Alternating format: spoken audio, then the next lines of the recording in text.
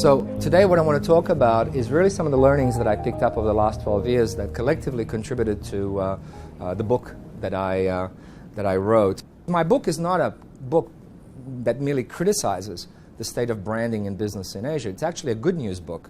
It's really about celebrating Asian brands. It's really about recognizing that the future is about Asian brands. So what's happening in Asia?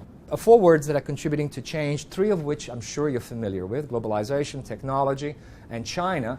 The 4th driver is brand, the power of brand. The region is awash with very, very, very good brands. It fails to really demonstrate excellent brands or great brands. The top 100 brands as measured by Interbrand and Business Week, this was in 2007. The only non-Japanese Asian brand is Samsung. You fast forward to 2010, guess what? Only Samsung is there. Why? 5 reasons in my book. You've got myopic CEO leadership. You've got people in the company who are not willing to challenge the CEO and no innovation that's coming up. You've got third-party suppliers that are listening and providing whatever it is that these companies want in the first place.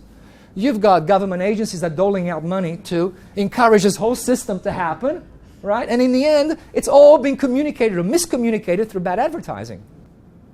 When was the last time you saw this kind of a fuss when a brand, an Asian brand, was launched?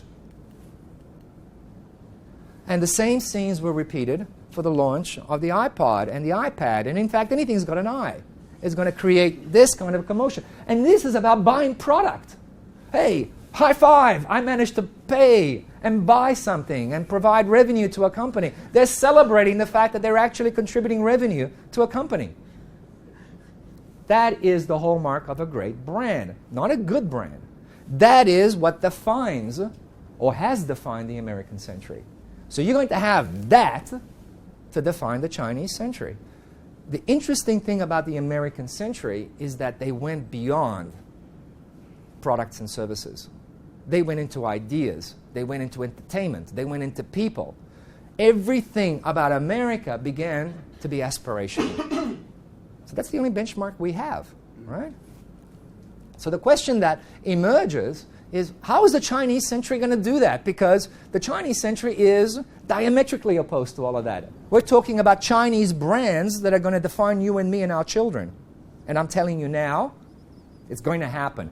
So there's this massive paradox, which is why the title of this presentation is The Paradox. Because everybody is convinced that it's going to happen, but nobody has actually bothered to figure out how it's going to happen.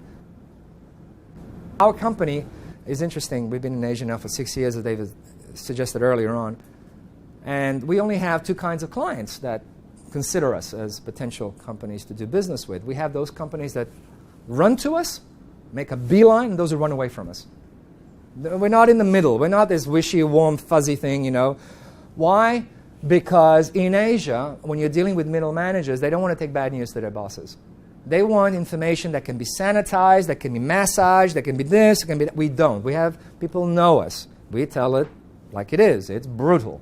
The problem is you got CEOs from companies that haven't created their brand blueprints.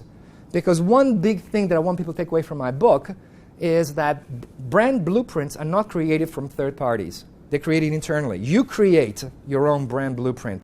How absurd is it for companies to go outside? They think they're very clever. They go to advertising agencies for one and say, you want my advertising budget? Okay, you create my brand blueprint. And a lot of advertising agencies, we're not going to say no because the budgets are at stake. Say, sure, we'll do it. So what should be done in 6 months, 9 months internally, through the assistance of consultants perhaps, but internally is done in 2 or 3 weeks by advertising agencies. They make it up as they go along. So you've got this process that's missing. This element of the brand blueprint, which is really your identity, which never changes, is made up by these guys who ultimately execute. So we start off by telling our CEOs to redefine their definitions of branding and really look at brands from a broader, more conceptual ideas. The idea that your brand, your company brand, has the ability to define people. And if you start off with that understanding, if you buy into this, you can begin to understand just how powerful your brand can actually be. It's not just a vehicle to sell stuff. It is a vehicle to enter, or it is a catalyst that would allow your brand to enter the orbit of people's lives, individuals' lives, and that provides a great deal of power. So, I end up essentially telling my audiences, this is a good news kind of a session. Why? Because I essentially believe that there is greatness in Asian brands. I believe that Asian brands, very much like Japanese brands, but much faster. It'll be thunderous. It'll be lightning. Relatively speaking, a lightning strike. Asian brands will come out of nowhere, led by Chinese brands, and we are going to be left dazed and confused, wondering where the hell are we here?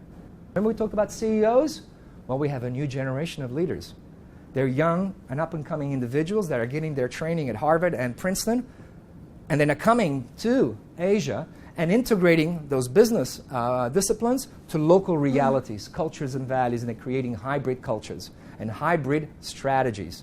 They are going to create the companies of not the day after tomorrow, but tomorrow. Thank you very much for your time, your patience. I hope that was of some interest and some value.